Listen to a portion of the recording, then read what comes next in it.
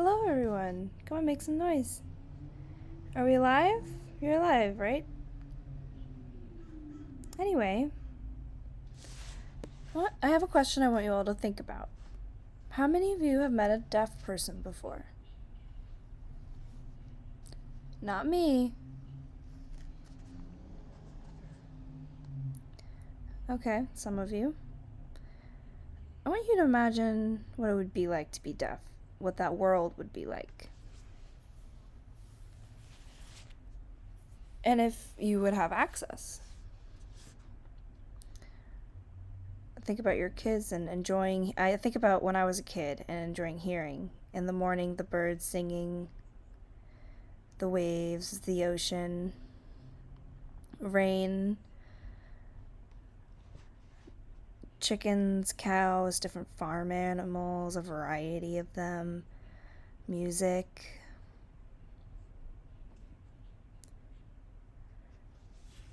Life was beautiful, and it continued to be. And in school, music and dancing was my passion. I went to a school. I remember the class in 4th grade. And in the group, it was very quiet for about 3 months because we didn't have a teacher.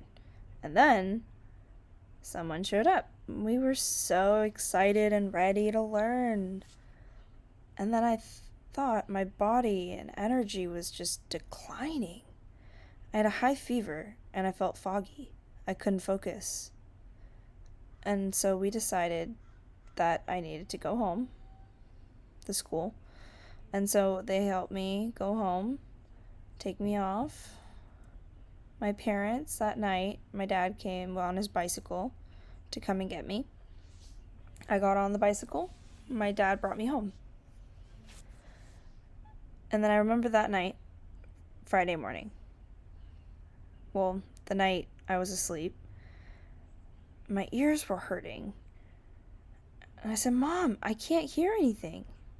My mom said, "Oh, just relax. We'll go to the doctor tomorrow. Sleep. It'll be fine." So I thought, all right, that's fine. I'll go to sleep. And then Friday morning, it got even worse.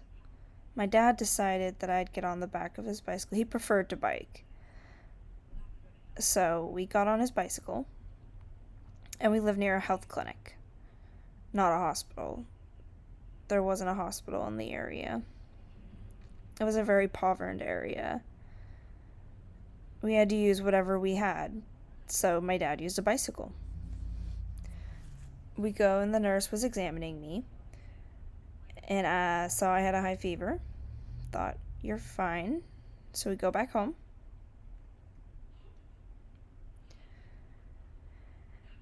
And then Sunday, that morning, my mom decided to give me a cold water bath, and I was standing in it. And I didn't know what to do because I just kept getting worse.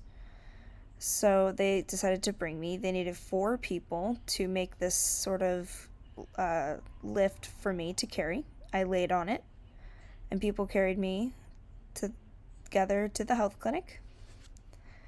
And that day, the nurse looks at me again and was very blunt.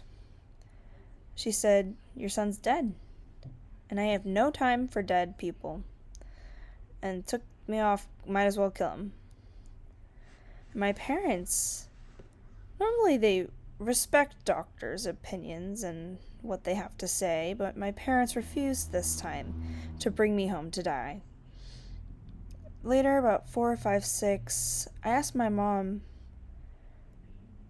how I became deaf, and she said, "You died. The doctor said you were dead." And I said, "Why not go on and have a funeral, bury me, get it over with?" My mom said, "No. You couldn't eat, you could barely breathe, and you couldn't feel anything, but your heart, it was still beating. So now, I'm alive, and I'm deaf." I became deaf. And the doctor had described deaf as someone who cannot hear. And I understand and respect that concept.